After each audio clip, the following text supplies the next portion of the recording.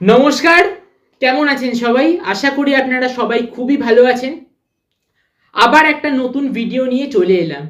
তো আজকে যে বিষয়টা নিয়ে কথা বলবো সেই বিষয়টা খুবই পরিচিত একটা বিষয়, আপনারা সবাই জানেন। সেই বিষয়টা কি? সেটা হলো একটা বাক্য আমরা অধিকাংশ সময় ব্যবহার করে থাকি। সেই বাক্যটা হলো হেলথ ইজ ওয়েলথ।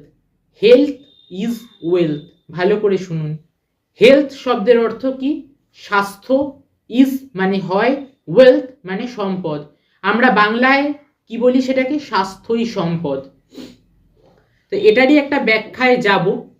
প্রথমেই এইটার জন্য আমি একটু পিছিয়ে যেতে চাই, একটা ভূমিকা করব। সেই ভূমিকাটা কি?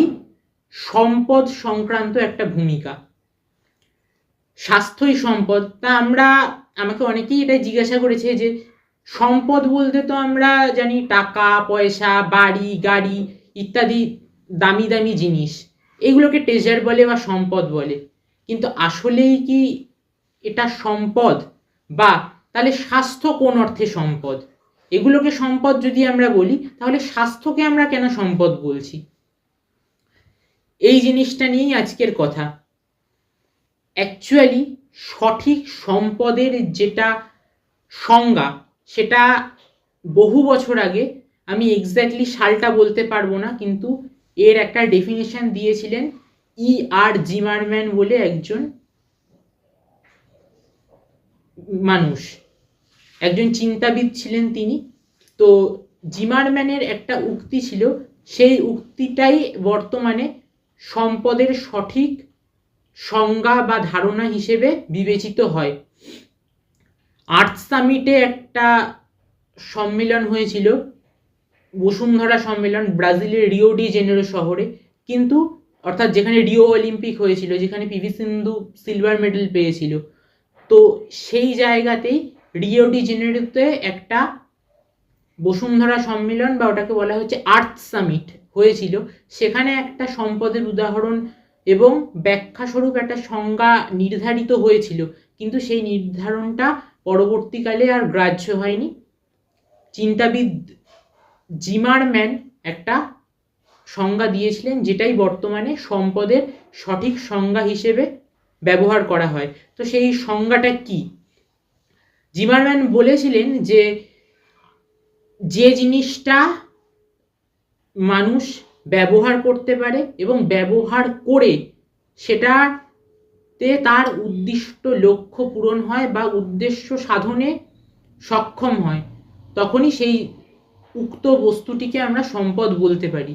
এবার সম্পদ হিসেবে যে আমার কাছে যদি ধরুন টাকা পয়সা বাড়ি গাড়ি সব থাকলো, কিন্তু আমি এই টাকাটা আমার প্রয়োজনে ব্যবহার করতে পারলাম না, তাহলে কিন্তু সেই টাকা আমার কাছে সম্পদ বলে বিবেচিত হবে না। গাড়ি, আমি যদি গাড়িটার প্রয়োজনে ব্যবহার না করতে পারি, তাহলে কিন্তু সেটা আমার কাছে সম্পদ নয়। এবার বলা হচ্ছে যে এই গাড়ি বাড়িকে তো আমরা সম্পদ বলে আখ্যা দিই, কিন্তু তাহলে স্বাস্থ্য কেন সম্পদ? কারণ শুধুমাত্র গাড়ি বাড়ি টাকা পয়সা হিরে জহরত, যেগুলোকে আমরা মানে লোককে দেখানোর জন্য এবং মানে লাক্সারি কিছু জিনিস বলে মনে করি, সেগুলোই কিন্তু শুধুমাত্র সম্পদ নয়। শুধু লাক্সারিয়াস জিনিসই ট্রেজার বা ওয়েলথি কোনো কিছু হলেই সেটা সম্পদ বলে বিবেচিত হয় না। স্বাস্থ্যই সম্পদ, এটা আমরা যেহেতু বলি, তাহলে স্বাস্থ্য প্রসঙ্গেই বলবো মূলত। এছাড়াও মানে স্বাস্থ্য শিক্ষা ইত্যাদিও কিন্তু আমাদের কাছে সম্পদ। কারণ যেগুলো সম্পদ সেটাই যেটা আমরা ব্যবহার করে নিজেদের প্রয়োজনটা মেটাতে পারি। তাই জন্য শিক্ষাটাও আমাদের কাছে কিন্তু সম্পদ। কেন? শিক্ষার দ্বারা আমরা জ্ঞান লাভ করি, কাজের অভিজ্ঞতা হয়, এবং সেই অভিজ্ঞতা অর্জন করে আমরা কোনো কর্ম সম্পাদন করি, কোনো কাজ করি, এবং তার থেকে কি হয়? আমরা উদ্দিষ্ট লক্ষ্যটা পূরণ করি। সেটা আমাদের পেশাগত দিক থেকেই কোনো কাজকর্ম করে টাকা উপার্জন করা হোক, যে টাকা দিয়ে আমরা নিজেদের জীবন জীবিকা নির্বাহ করি। আমি ধরুন পড়াশোনা করলাম, কম্পিউটার শিখলাম, ওটা একটা শিক্ষা, এবার আমি কম্পিউটার শিখে কম্পিউটার যখন কাউকে শেখাচ্ছি, শেখানোর বিনিময়ে তো আমি টাকা পাচ্ছি, বা কম্পিউটারে যে কাজগুলো আমি শিখলাম সেই কাজগুলো করলে আমি তো কোনো অফিসে কাজ করলে আমি তো বেতন পাচ্ছি, সেই বেতন দিয়ে আমার কাজটা করার উদ্দেশ্য কি, যাতে আমি জীবনে করে খেতে পারি, তো উদ্দেশ্য পূরণ হচ্ছে। তাই জন্য শিক্ষাও একটা সম্পদ। সেক্ষেত্রে স্বাস্থ্যটাও কিন্তু একটা সম্পদ, তাই জন্যই বলেছে স্বাস্থ্যই সম্পদ বা হেলথ ইজ ওয়েলথ। কেন, এবার হেলথ প্রসঙ্গে আসব, ভূমিকা হয়ে গেল। তো হেলথ কথাটা বলার কারণ বা স্বাস্থ্য কথাটা এখানে মেনশন করা হয়েছে এই কারণে, কারণ শিক্ষা তো পরে, আগে স্বাস্থ্য। আমরা সবাই একটা জিনিস জানি, স্বাস্থ্য, শিক্ষা, তারপরে সংস্কৃতি। আগে স্বাস্থ্য থাকতে হবে। শরীর যদি সুস্থ না থাকে তাহলে আপনি শিক্ষা গ্রহণ করতে পারবেন না। শিক্ষা গ্রহণ না করলে সঠিকভাবে আপনি কোনো কাজ করতে পারবেন না, কারণ কাজটা করার আগে আপনাকে কাজটা শিখতে হবে, জানতে হবে। তা সেটা জানার জন্য বা কাজটা করার জন্য আপনাকে তো টিকে থাকতে হবে। আপনার শরীরই যদি ঠিকঠাক না থাকে আপনি কোনো কাজ করতে পারবেন? আশা করি পারবেন না। তো তাই জন্যই বলা হয় আগে স্বাস্থ্য, তারপর শিক্ষা, তারপর সংস্কৃতি। কারণ শিক্ষা থাকলেই আমাদের রুচিবোধ তৈরি হয় এবং তৈরি হয় তার থেকে সংস্কৃতি, সংস্কার, চিন্তাধারা। সংস্কার কেন, যখন আমরা শিক্ষা লাভ করি তখনই আমাদের একটা সংস্কার, নীতিবোধ তৈরি হয়, আর সেই নীতিবোধকে ভিত্তি করেই তৈরি হয় সংস্কৃতি। তো যাই হোক, তো স্বাস্থ্য বা হেলথ ইজ ওয়েলথ বা স্বাস্থ্য সম্পদ কেন বলা হচ্ছে, কারণ আপনি ধরুন অসুস্থ রয়েছেন, শরীর খারাপ, তা আপনার কি কোনো জিনিস পড়ার জন্য পড়তে বসছেন বা কোনো কাজ শিখতে যাচ্ছেন, আপনি কি মন দিয়ে শিখতে পারবেন? পারবেন না। কিন্তু আপনার শরীর পারমিট করবে না, এবং শরীরের সাথে মনের কিন্তু একটা দৃঢ় সম্পর্ক রয়েছে, অবিচ্ছেদ্য সম্পর্ক। আপনার যদি মন ভালো না লাগে, আপনি দেখবেন গায়ে শরীর সুস্থ থাকলেও মানে আপনার ভালো লাগবে না কাজটা করতে।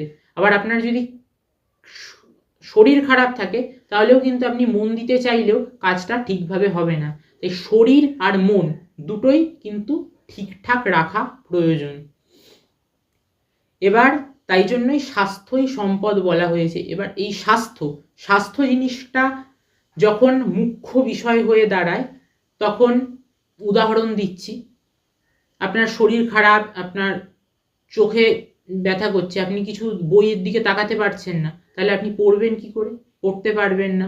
আপনার হয়তো খিদে পাচ্ছে, তো সেক্ষেত্রে আপনার উদ্দেশ্যটা হচ্ছে খাবার খাওয়া, উদ্দেশ্য সাধন করতে পারি আমরা যার দ্বারা, সেটাই হচ্ছে সম্পদ। আমি আগেই বলেছি।